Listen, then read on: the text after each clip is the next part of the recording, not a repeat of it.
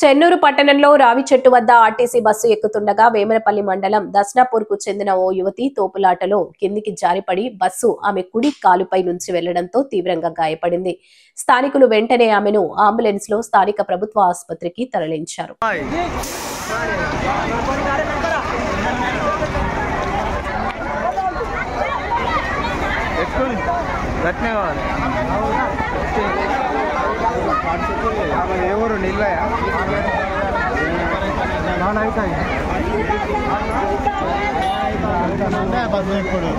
దెబ్బ తాకినా కాలు ఇరిగింది ఆల్రెడీ కాలు ఇరిగింది పో అంబులెన్స్ ఫోన్ చేయి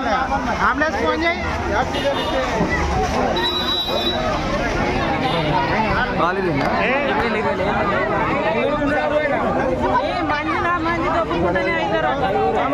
దస్నాపూర్